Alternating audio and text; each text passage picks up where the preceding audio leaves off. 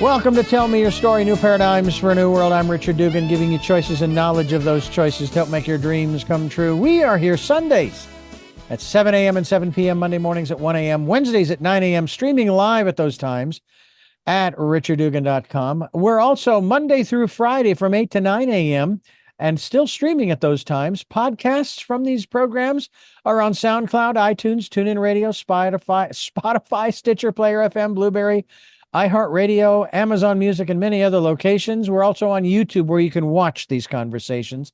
We hope you'll subscribe and click notification so that when a new conversation is posted, you will be able to tap into that, and I hope that you will do that. We also are asking that if you can support us financially in some fashion, we would greatly appreciate that. We have a PayPal account. It is there for your security as well as ours. And we ask that you use the email address of richard@richarddugan.com when they ask you, to whom are you sending? And it's richard@richarddugan.com. We also ask that you take time to spend time going within and listening to that still small voice and just taking it easy, relaxing.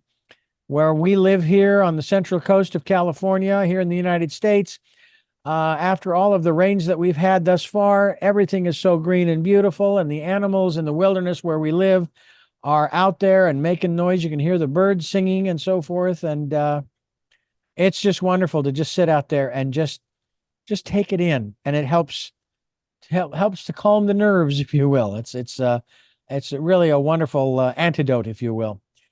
Today's program, we have a very special guest, a young man who has written a book, and it's an unusual title. At least the first part of it is An 18-Year-Old's Guide to Self-Mastery. And of course, you can guess where I'm going to start this conversation. But I want to welcome to our program Ryan Quirk. He is our guest. He's the author of the book. Ryan, welcome to Tell Me Your Story. Hi, thank you, Dr. Dugan, for having me. It's an honor to be here.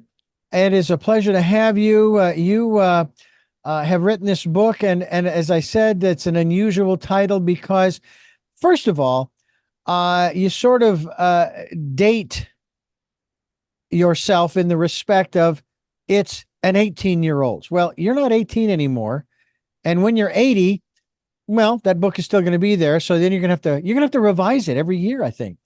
A 19-year-old, although maybe not so, because it was at 18 that you developed this guide for self-mastery.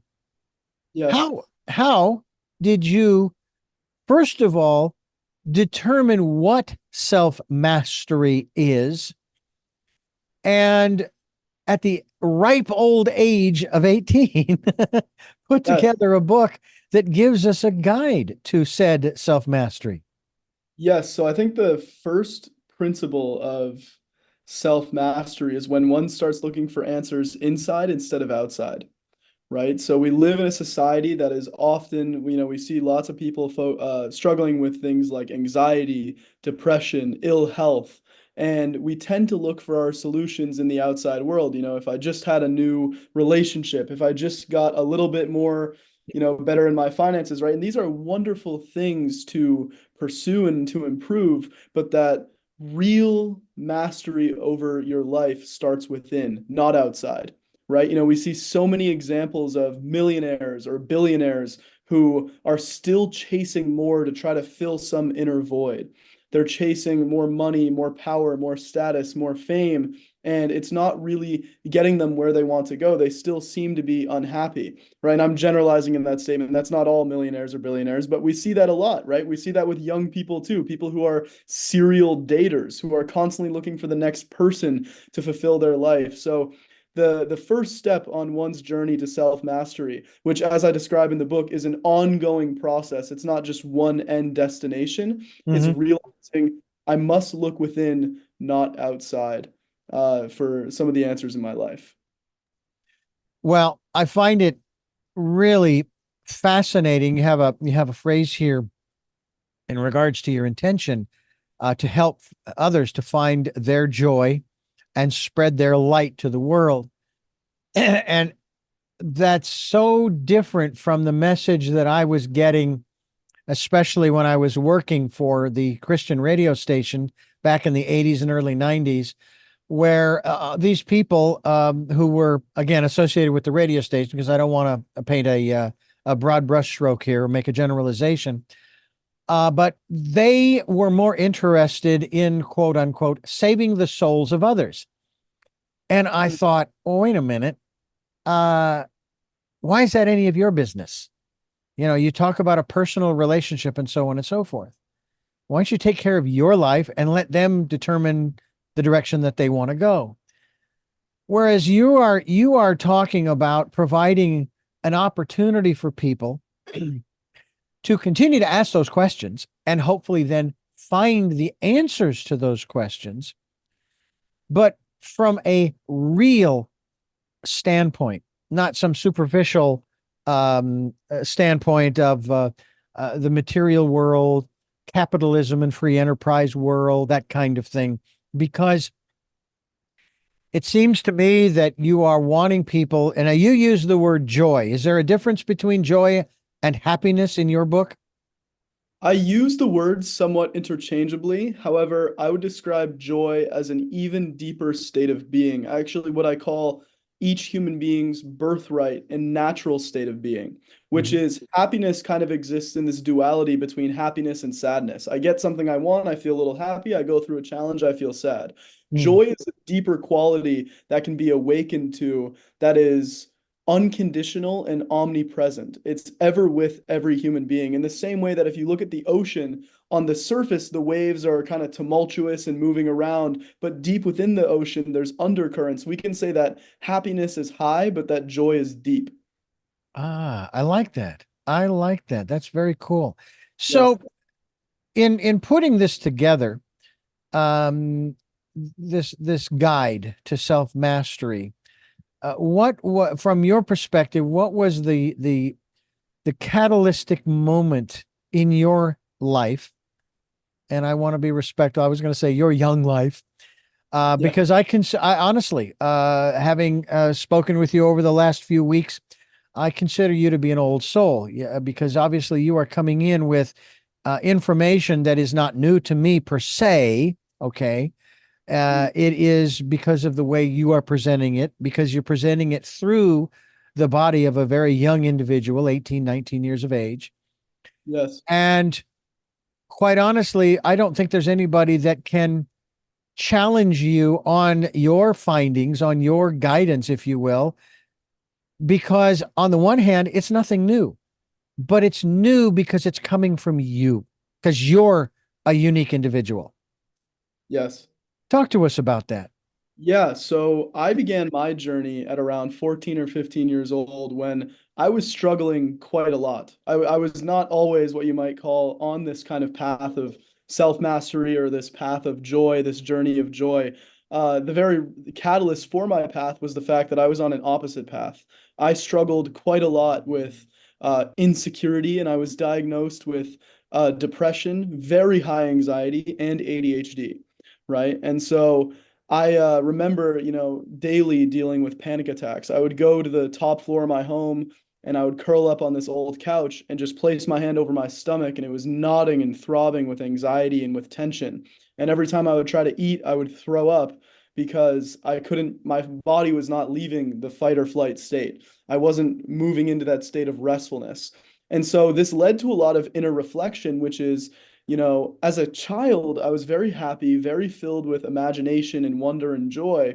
And all of a sudden, I was finding myself just in this kind of state of inner turmoil. And I'd look to the outside world for my answers. Maybe if I just got better grades, maybe if I was just a little bit better perceived by other people, maybe if I got more money or was in a new relationship, that would be the solution. And finally, with when all of that started to fail, I started to look within. And I said, all I really want is to feel well within myself. And that's what kind of the book touches on, which is human beings are either in one of two states. They're either experiencing tremendous well being and expressing it to others, or they're looking for tremendous well being. These are really the two states that we find human beings in. And we can define well being as a calm, creative state of mind and an open, loving heart. And most people are looking for that. And so I started my journey because I was looking for that and I did not know where to find it. And it was then that I started to kind of feel a guiding presence in my life. And I read countless books from philosophers, leaders of world religion, spiritual traditions, neuroscientists, scientists, all types of different walks of life, all different types of arenas of life to figure out how could I reach this state of well-being? How could I uncover it? And it was through that journey that I began to tremendously transform. And as I kind of describe now, I'm one of the happiest people I know. And I say that not to boast. I say that because what I've uncovered is that within every human being is a natural state of joy. That when allowed to fully shine through, our birthright is this joy, is this love, this creativity, this wisdom, right? This is the very nature of who we are, right? And so all I wanted to do once I started to discover it for myself, and I kind of moved into the darkness and moved into the light and out of the darkness, I should say, Mm-hmm. uh, was I wanted to share it with other people.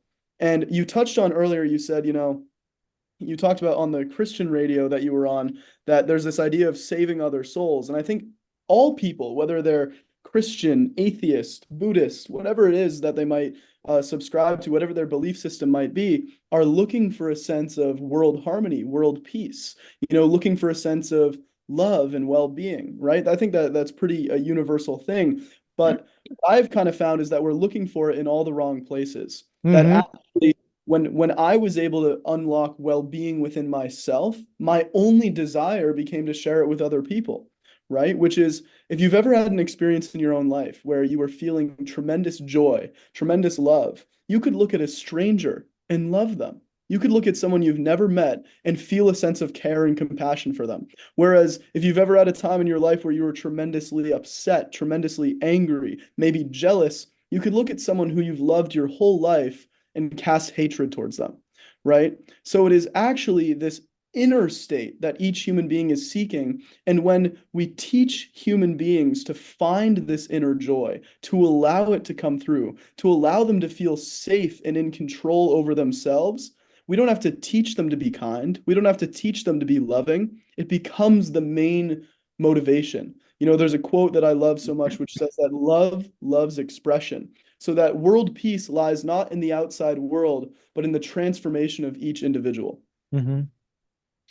And I find it interesting too that though I can appreciate the perspective these folks took, some 30, 40 years ago, in terms of quote unquote wanting to save others. And I was even challenged on my quote unquote salvation as they saw it. I was even accused of not being saved and not ready to meet God. Mm, And I thought that's odd because I've been talking to God all, quite a good portion of my life, yes. you Yes. know, and yet from our perspective, yours and mine, uh, I'm not here to foist on anyone any particular perspective or philosophy. And when I offer an observation, for example, it's mine. Okay. You want to take it on? That's up to you, not me, but it's mine. Mhm. And with opinions, beliefs, et cetera, et cetera. Yeah. And I think that's the biggest difference. It's like we're not out there, you and I are not out there, quote unquote, proselytizing. People can tune into this podcast. People can pick up a copy of your book, which, folks, by the way, just happens to be an 18-year-old's guide to self mastery. We hope you will get a copy of it. And by the way, the website, ladies and gentlemen, is rqselfmastery.com. That's rqselfmastery.com. And we're here to offer. It's like when I say talk about choices, to give people choices and knowledge of those choices. What we do, we lay out this big table. It's a smorgasbord. I got to tell you, this is one long table. Been doing this a while and been sharing all kinds of different perspectives and philosophies and so forth from thousands of different people. And it's entirely up to the individual if they want to come up and partake. Not going to come knocking on your door, you know, not going to cost you in the grocery store. It's there if you want it, you know. It's entirely up to you. And do you find too that when people find out about your book, when you share your book on self mastery, your philosophy, your perspectives, your observations on the world, and so forth, that people are pretty receptive? That because it's not coming across as you trying to convert them to some perspective. No, I think people are highly receptive because I think everyone is seeking something. And I think in the book, what I try to give is one of the first things I say is I'm not selling a brand or myself or anything like that. The only thing I'm interested in giving people is every step, every tool, every teaching, every principle that brought me from darkness into light, that brought me from fear into love, from pain into joy, because I really think that that is just the birthright of each individual. And you talk about this idea of saving. What I like better is the word service and self-empowerment, which is that each individual is self-empowered. The first thing a true master will ever tell you is that you too are a master. It's not about, the master is above the student. The master is simply the one who has recognized that everyone within them holds that potential for mastery. And Hmm. so that's what the book tries to share is I say that I don't separate anyone based on belief system or religion or whatever their life has taken them. My only principle is that the birthright of every human being is joy, and that every human being is either in a state of that joy and looking to give it to others or is seeking it for themselves.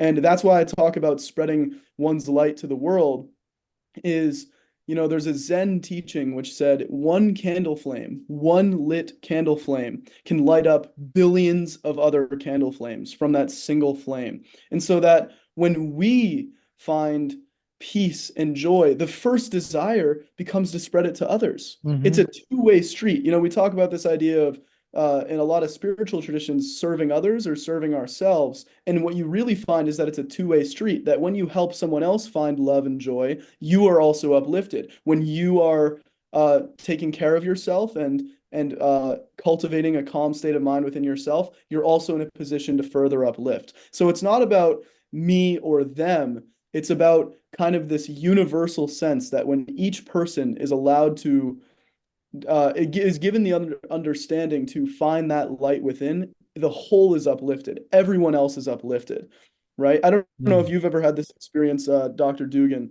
where you've walked into a room with someone and immediately they're not even talking to you, they're not trying to teach you or give you anything, but their presence just uplifts you. They're Hmm. just emanating this love and this peace and this joy and this compassion where just being around them uplifts you. Or in the same sense, someone might have good intentions, but you walk into a room with them and you can feel that they might be in pain. You can feel that they might be struggling, right? So that it's not about my light versus your light. It's that when we all find that light within, when we all cultivate this joy and this love and this creativity and this confidence and this authenticity, we uplift everyone else. And that's what the main desire becomes. I always say this too.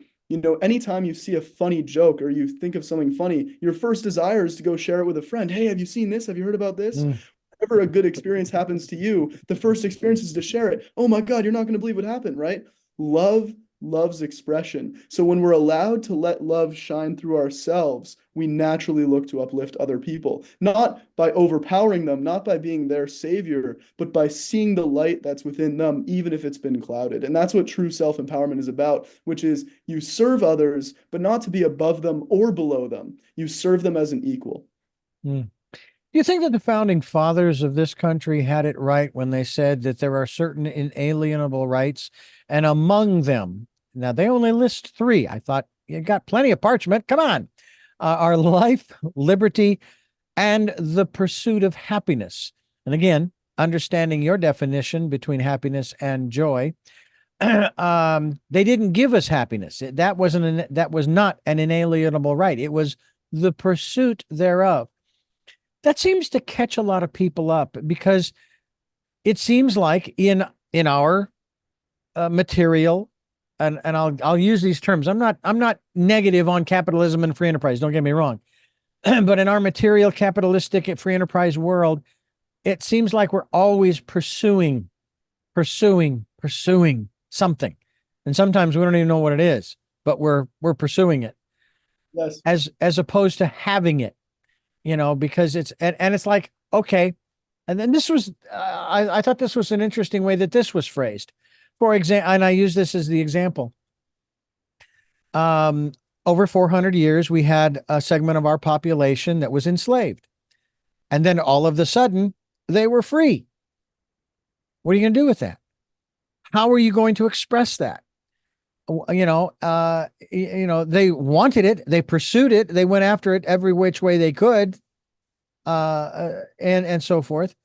And so I'm wondering if and I hope that that's not a disrespectful analogy by any means, but it just seems to me like, well, talk to us a little bit about this aspect of not just the pursuit of happiness, maybe even the pursuit of joy, the pursuit of fulfillment in oneself, as opposed to trying to find it outside ourselves.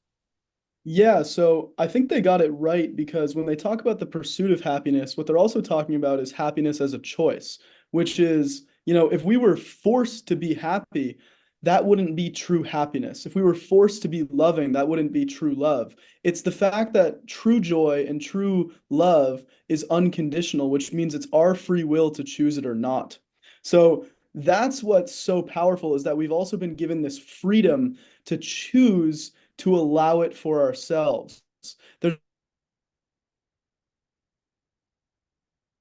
in which he says, if you choose to be happy, no one and no thing can make you unhappy. And that's such a beautiful quote because once you've made the choice that happiness and joy and love are qualities that you value and would like to experience, nothing Mm-hmm. can take them away from you. And Yeah. that's what's so beautiful about it. And then what happens though is that our society has kind of been separated from the core, maybe we can call the core wisdom or the core understanding that allows one to access those states. Mm. When new babies come into this world, they're called little bundles of joy. When you see young children playing, they're young and alive and often just full of just bubbling enthusiasm and joy.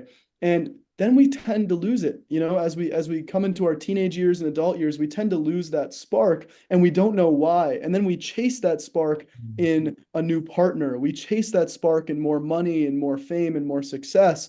And again, these are not bad pursuits when you have true happiness or true joy within, right? So, what I try to offer the reader and any people who I teach is the understanding that once you have uncovered this total state of well-being within, which doesn't mean you never experience sadness or you never experience negativity, but it empowers you to overcome any challenge in your life and rest in that dominant state of joy and love. It is from there that true fulfillment arises and your true creative, adventurous path in life unfolds. Not pursuing something to get to well-being, but expressing well-being. And the final thing I'll say on that is Wayne Dyer has a beautiful quote, which he says, there is no path to happiness. Happiness is the path itself. And that Mm. when we find this well-being within, then our adventure, our success, our accolades, our relationships become incredibly enriching because we're no longer looking to take from them, but we're overflowing with this sense of well-being and we nourish and give to everything around us. I would like you mentioned a quote earlier, just as you started talking about this. Who was the author of that quote? I know you mentioned Wayne Dyer at the end here, but I what was the also quote? I mentioned Paramahansa Yogananda, Ah, the yes. author of the Autobiography of a Yogi, and he said, if you choose to be unhappy, nobody can make you happy. But if you choose to be happy, nobody can make you unhappy. Mm-hmm. And that ties back to this idea of freedom. Yeah, and I find that interesting too, from the standpoint, if, and again, depending upon the philosophy you choose to accept, one of the things that has struck me is that, uh, the inalienable rights, for example, life, liberty, and the pursuit of happiness, life and liberty, uh, and so forth. From a more metaphysical and a much higher, more spiritual perspective, i.e., my eldest sister and my father are what some would say are on the other side. Okay. And life and liberty are irrelevant to them now. They mean nothing because of the realm that they're in. Now, they still have, and this is, and again, bear in mind, this is my belief. I don't know this, I can only share my perspective, but they have the freedom to do whatever it is that they want to do now. I went through a program called Life Between Lives Hypnotherapy, where I went to my last past life, and then I came forward past my death in that lifetime to the space between, why they call it life between lives. And you go through certain stages, and there have been studies that have been done by a Dr. Newton. I've got his books on my He in was my the author Audible. he was the author of The Journey of Souls, right? That's the one. You I got it. went, I went through the same hypnotherapy. Did you really? Oh, wow. And what I loved about it was the process that people, I say people, the essence that is truly us. And that's something I want to talk a little bit about in regards to this guide to self-mastery in terms of the understanding from your perspective. What is your understanding of who you really are? Although I love one of my guests when I made that comment about, well, will there be a point where we'll know who we really are? And he said, no, there'll be a point where we'll know who we have always been. So, Hmm. who do you think you have always been or who you really are? Yes. So I think there's actually two questions there that I try to meditate on and reflect on, and I urge the reader to reflect on as well, which is not only who you are and have always been, but who are you choosing to be? And one of my favorite ideas is that this idea that we're not as linear as we've taken ourselves to be. When people awaken to some of these spiritual or metaphysical ideas, and they awaken to this idea that, oh, maybe I'm a soul, or maybe I'm a spiritual entity, or maybe I'm a being of light or energy, Mm-hmm. whatever it might be. They awaken to this deeper essence. There's a second part of that, which is, yes, this is the paradox, right? Yes, you are spiritual, and yes, you are human. It's not this or that, it's Mm-hmm. this and that. So, when answering that question, from my understanding, and this is only using the English language, which is limited. So, Mm-hmm. in the ultimate sense, we can say that that divine essence is somewhat of a mystery. Yeah. However, to use the English language the best I can, I would say that I am a soul or a piece of the universe, what we could maybe call a spark of the divine, and that within everything and every living creature lies a spark of this divine light, this divine intelligence, and that the nature of this intelligence is love itself, that it Mm. is not subject to birth and death, but that it is able to experience life through many different perspectives, Mm. right? And then so that is what I would say, when I answer that question, who am I? But then there's the follow-up question, which is, who am I choosing to be? Because at the same time, I say that, but here I am. My name is Ryan. I'm in this human body. I'm operating on planet Earth, and I have all these relationships and experiences and connections, right? So we have this deeper essence of ourselves, which is beautiful, but then we also have this choice of who are we choosing to be as human beings, right? That's the personality. There's a beautiful quote that says, your personality creates your personal reality, or the story of your life. And then in the metaphysical sense, people ask, like, what is the universe? What is creation? And my response to that is that the universe is a never-ending love story, and that we, as these spiritual beings, as the sparks of the divine, get to go in and experience these different stories. And so that right now you're experiencing the story of being Dr. Dugan, and all of your life experiences and your challenges and your triumphs and all the mini stories and the chapters in between. For me, I'm experiencing the story of what it's like to be Ryan Quirk, and all of my stories and challenges and chapters in between. And when you see your life in this way, and you awaken to that light within, that essence within, what happens is you begin to shine that light through your human self, so that it's not so disconnected, right? So that your personality self, that in the story of your life, starts to reflect the nature of your divine essence. So we can call this divine essence love, so that as we awaken to that, we don't leave behind our humanity, but that our humanity begins to embody more and more love. The story of our own lives becomes a love story, a story of magic, a journey of joy. And so that's what I would say, which is yes, you can awaken to that, but you're not leaving behind your humanity, your human story, your human identity. How can you bring that love into this story? How can you align your thoughts, your feelings, and your actions with creativity, love, and joy? rqselfmastery.com is the website where you can find out more about Ryan Quirk as well as the book, An 18-Year-Old's Guide to Self-Mastery. We hope that you will pick up a copy. It's available in various formats, soon to be available in Audible format, and that's something that we're working on to make happen.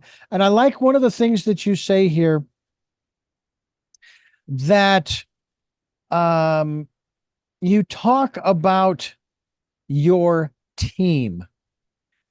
And one of the things that I've tried to live by, that actually does help keep me humble, so to speak.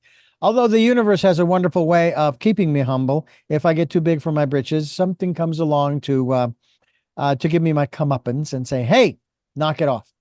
Yes. I am where I am today because of thousands of people. You might even say my team. And you have a team of people, and we don't necessarily need to go down a list of them. But the reality is, you recognize that this is not all about Ryan Quirk, is it?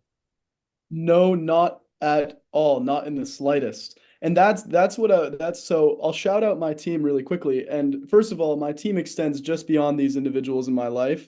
But shout out to Kamar Burris Khan, one of my editors and marketer of the book, and shout out to my other editor, Alexander Lopez Levy. Both of them have been integral in the creation of this message and this process. I also would like to shout out my mom, Catherine Quirk, for supporting me and joining some of the marketing efforts. And that is maybe my close team when it comes to the book, but in a broader sense, self-mastery is not about thinking that we have to do it all ourselves. It is empowerment in the sense that we have the power to shape our lives, but that our lives are connected with everyone else's life as well, right? Just to for example, this is happening over Zoom right now. So this is not just our creation. Someone had to have the wherewithal to create a computer and create the software and create Mm-hmm. all this. I don't know how to create a computer, right? So it's kind of awakening from this illusion of separation, but stepping into what I call, or what I've heard as being described and what I like to refer to as collective individuality, that we are uniquely individual and have amazing creative talents within all of us, but that we are also a part of this collective, that me and you and anyone else is not separate, and that we are all interreliant. And one of the most beautiful ways that I've heard this described from a spiritual teacher is that even when you feel isolated and alone from other human beings, notice that as you breathe in and you breathe out, you're breathing with the trees.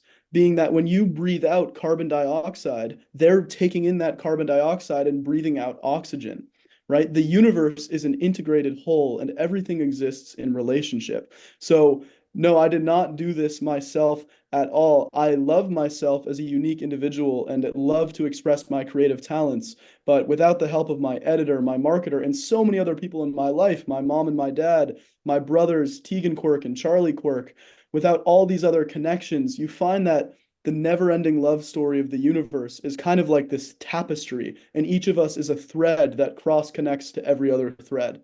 So that's some food for thought there, which is the next time you're feeling kind of isolated, understand that just to have the water bottle in front of you, the meal that's in front of you, think of the steps in the processes of other people, other beings, and forces of nature that went in to produce that, right? That you are valued and unique as an individual, but you are also always in relationship to this collective, what we might call unity, or this collective web of love. I remember a news story about some entrepreneurs in Texas, and they were kind of focusing on the whole entrepreneurial explosion back in the like 2010, 11, 12. And the people they were interviewing were talking about how they did this, and I did this all on my own, da da da da da da da. And I'm going, what? Do you understand that even if you did build that building that you're in, the brick and mortar, all by yourself, you made the bricks out of mud all by yourself, and so on and so on and so on, there is no business without customers. So at the very least, you owe the customers credit for your business even existing, let alone thriving and succeeding. And that's one of Yes. the philosophies that I also live by, from the standpoint that and having conversations with your team, myself, sharing with them that, my goal is not to be successful. My goal is to make you successful, and in turn, I am successful. And I feel as though a lot of people have lost, even if you want to generalize that more, they've lost that concept. It seems as though somehow people have honed in on specific phrases, clauses, and so forth in our founding documents, rather than realizing that no, you cannot take it in little pieces. You have to take it in its totality. Yeah, we have the First Amendment, but we also have the Second and the Third and the Fourth and the Fifth and so on. And even though you also may have all of you as an individual have these rights, guess what? Each one of us also has responsibilities. Talk to us about this aspect of a self mastery and how it relates to personal responsibility.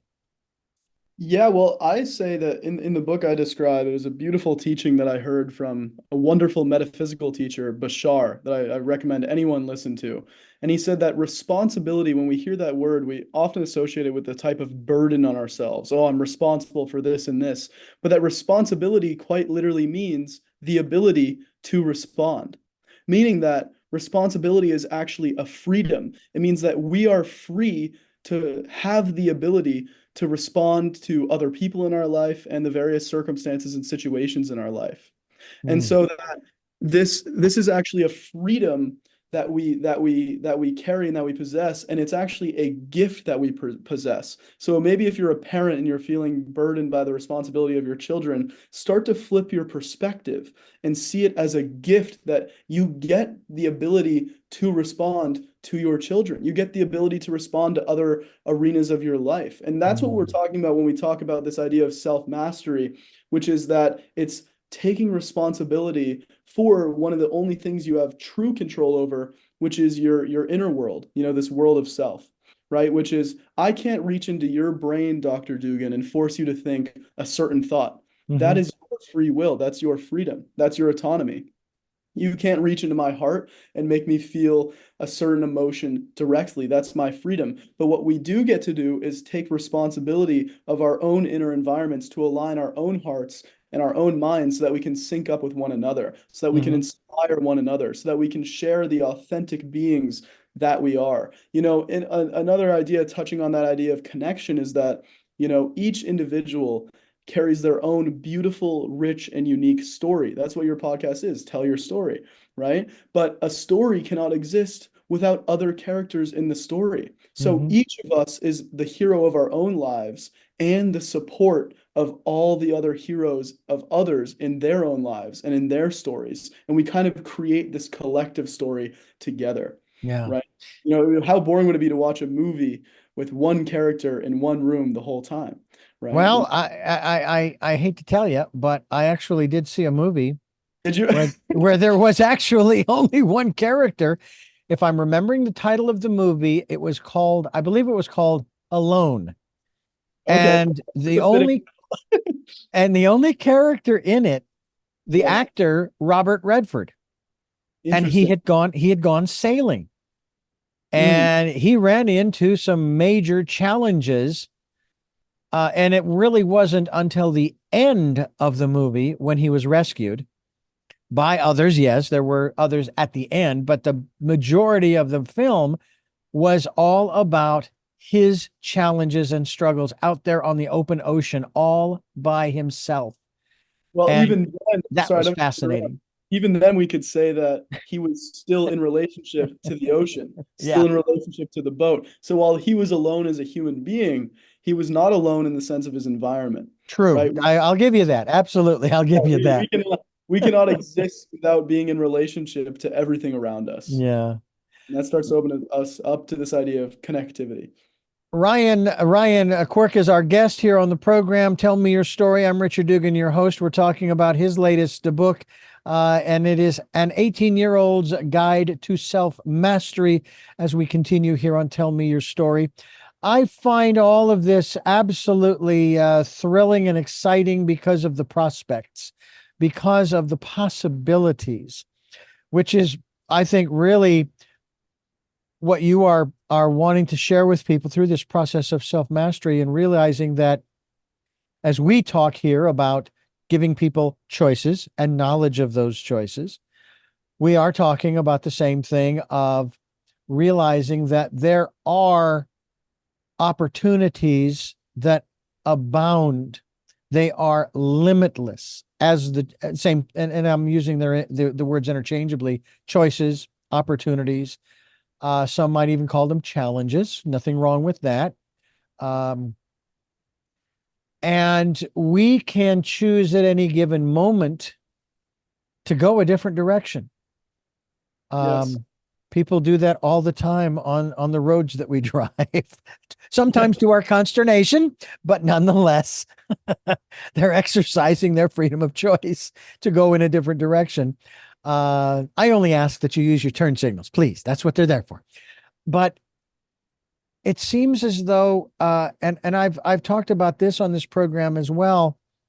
There are many people who have been in generational programs through generations. Let me put it that way.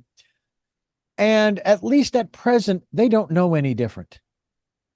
They don't, and some people will use the term entitlement programs. And you can call it whatever you want. It's there to help you. I was a recipient in my early 20s of one of these entitlement programs. Didn't stay there, but I was grateful that it was there for that period of time. But there are people who, one generation after another, that's what they know. They don't know anything else. And they have not received the education, or they haven't taken in the education to show them, oh, there's another way. Oh, I never even thought about that. And I use this little story to make the point as an analogy.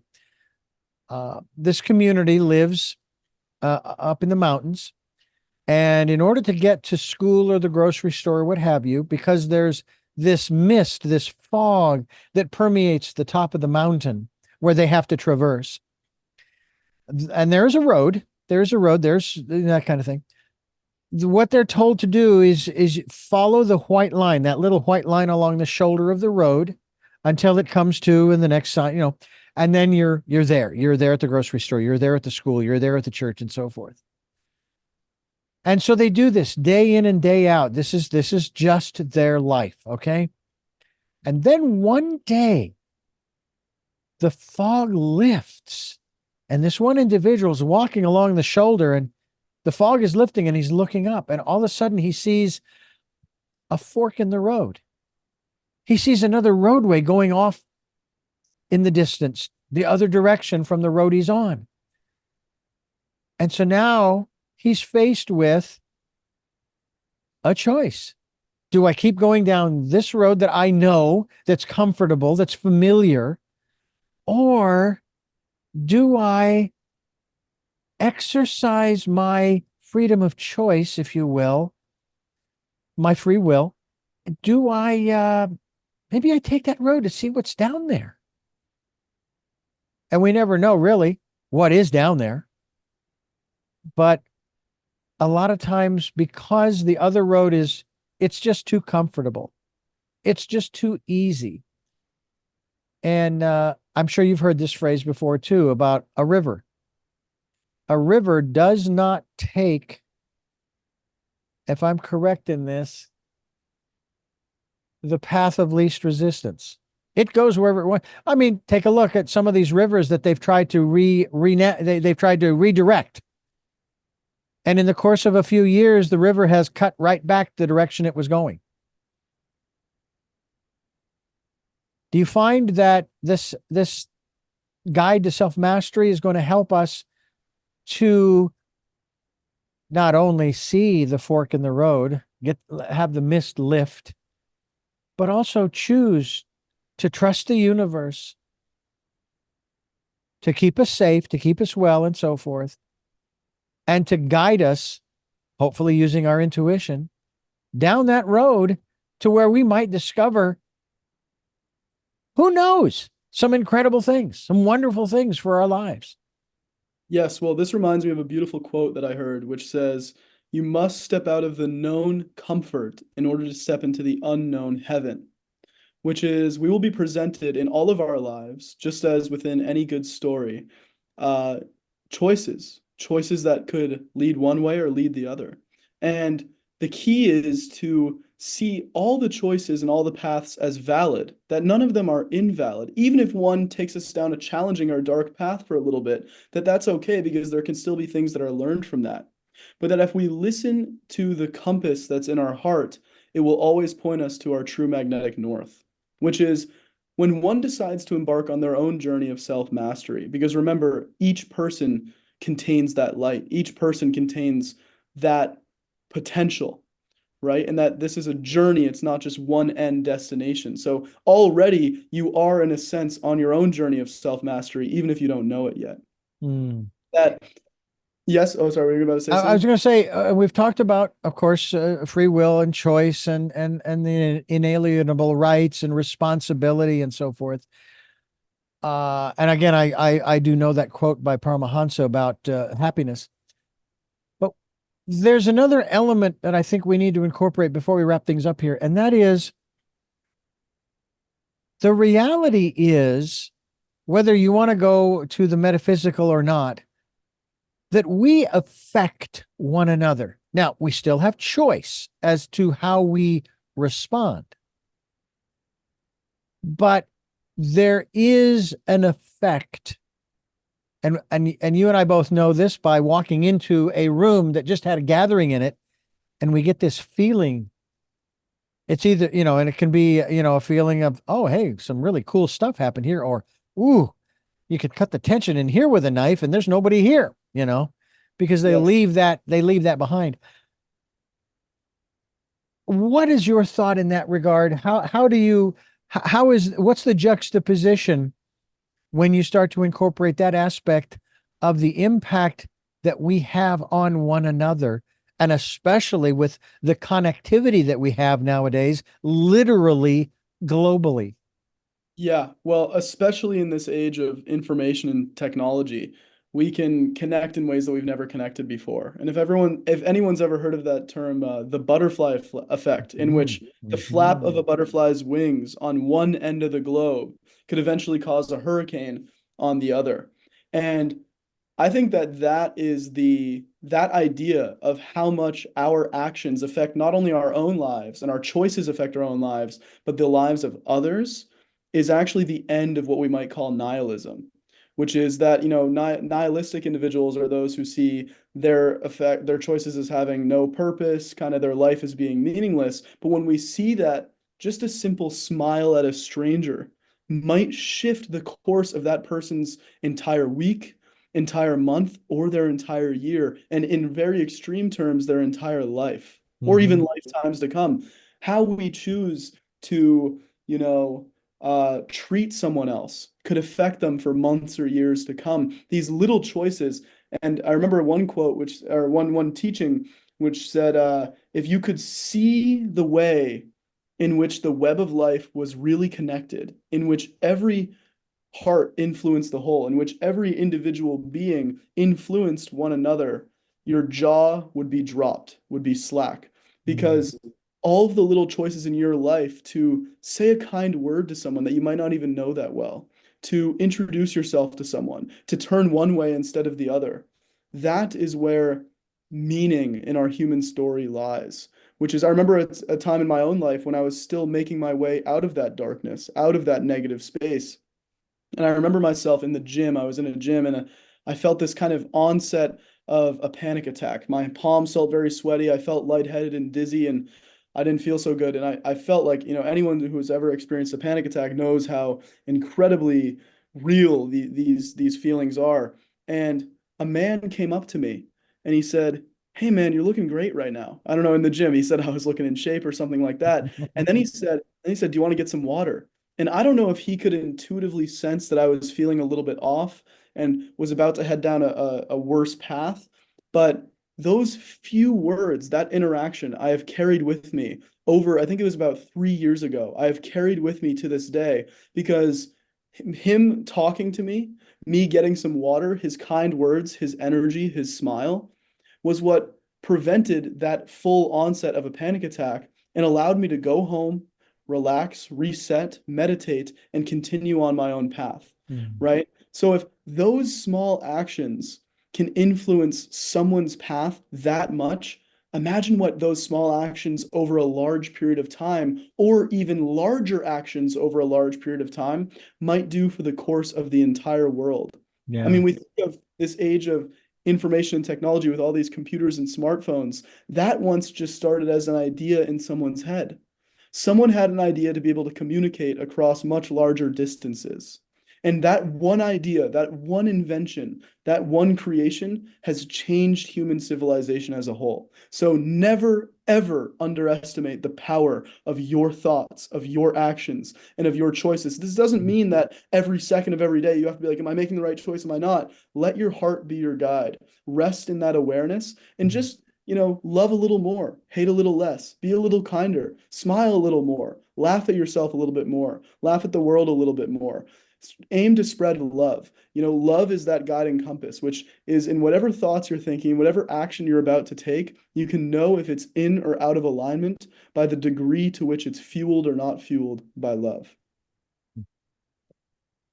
Ladies and gentlemen, I will tell you that when I was in my very early 20s, pondering a lot of the things that we've been talking about here on this program today, someone walked up to me who I knew very well and made the comment that I was wise beyond my years, which was a little bit of a conundrum for me because I was grateful for that observation. Not that I believed it; it was just nice to hear. I was, thank you very much.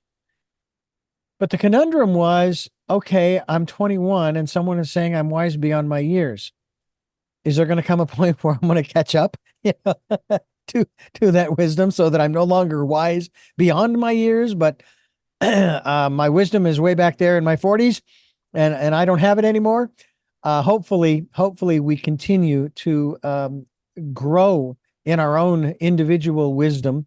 And I honestly think, Ryan, that the biggest key to that, in addition, of course, to picking up a copy of an 18-year-old's guide to self mastery, is to spend time, as I have encouraged people during the decade of perfect vision, the 2020s, to spend time going within in that quiet, peaceful, calm, still place and listening to that still small voice. Talk to us about your observations before we wrap things up here. There's a quote that I finish out my book with on the last page, which I don't want to spoil the whole book. Not that it's a story, it is kind of a story in some ways. But the quote says, the question, if each human being is really honest within themselves, they already know the answers that they seek. For the question would not be in their head if the answer were not already in their heart. Right? And so, and so it's exactly what you said. It's that we must become quiet enough to listen. You would be amazed at what 5 minutes of just sitting by yourself, relaxing, focusing on your breathing, and asking questions will do for you. There's one last thing I'll say too, which is I heard a quote from Tony Robbins where he said, "The quality of your questions determines the quality of your life." If you keep asking, why is my life so bad? Why is everything not working? You'll get a lot of answers as to why things are not working. But if you instead ask a new question, you say, how can I make things better?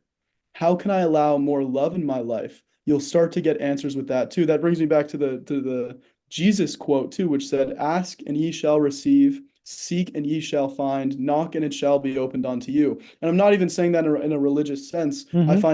I find truth in all spiritual traditions and in all religions and all practices. But that is just such a beautiful quote, which is it's exactly what you said, Dr. Dugan. Spend just a few minutes if you're feeling confused, if you're feeling anxious, sitting by yourself and going within. Just ask a new question. Frame the question in a positive light. Where attention goes, energy flows. And if you place your attention on love, you will remove all woes. And there's an interesting set of phrases that people will use primarily around food, primarily around someone who is cooking. And they'll be eating along and they'll look up at the cook and say, "This ain't bad." Whereas someone else will also be eating and look up and, "This is good. This is really good." And it does say an awful lot about one's mindset and where they're coming from. The old proverbial glass half full, half empty thing. And of course, now I've thrown a third element in there, and that is, what's the glass full of? And I guess the beautiful thing is, you get to decide.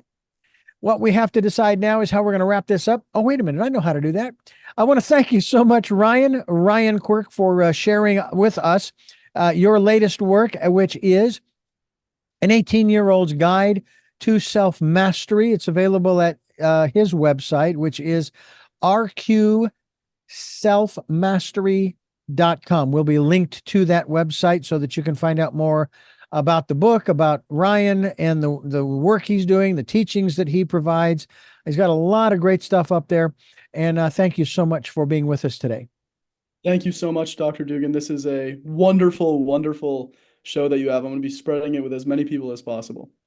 I also have 3 final questions that I want to ask you that I All ask righty. all of my guests. All righty. But before I do that, let me tell you, I want to thank you for listening to and watching Tell Me Your Story. New paradigms for a new world, giving you choices and knowledge of those choices to help make your dreams come true. We are here on Sundays at 7 a.m. and 7 p.m., Monday mornings at 1 a.m., Wednesdays at 9 a.m., and Monday through Friday from 8 to 9 a.m., streaming live at those times at richarddugan.com. 9 opportunities for you to hear 9 different guests, 9 different subjects, 9 different conversations. We hope that you will take part. We're also podcasting all of these on SoundCloud, iTunes, TuneIn Radio, Spotify, Stitcher, Player FM, Blueberry, iHeartRadio, Amazon Music, and many other locations, just too numerous to mention right now. We're on YouTube, where you can watch these interviews. We hope you'll do that. And subscribe and select notifications so when a new conversation is posted, you'll be notified and you can tune into that conversation. We ask that if you can support the work we're doing financially, we would be so gratefully appreciative. We have a PayPal account. It is there for your security as well as ours. And when they ask you for an email address to whom you're sending, richard@richarddugan.com is the email to put in, richard@richarddugan.com. And as I've already mentioned, take time during this decade of perfect vision, the 2020s, to go within and listen to that still small voice, as we have already talked about here on this program. With all that being said, we now go to those final 3 questions that I ask all of my guests. And again, great thanks to my guest for being a part of Tell Me Your Story. First of those 3 questions is, who is Ryan Quirk? Ryan Quirk is, I guess, me in some sense, an aspect of me. And I'm a human being doing my best to spread more love in the world and to live my own love story to the fullest. What gets you up in the morning?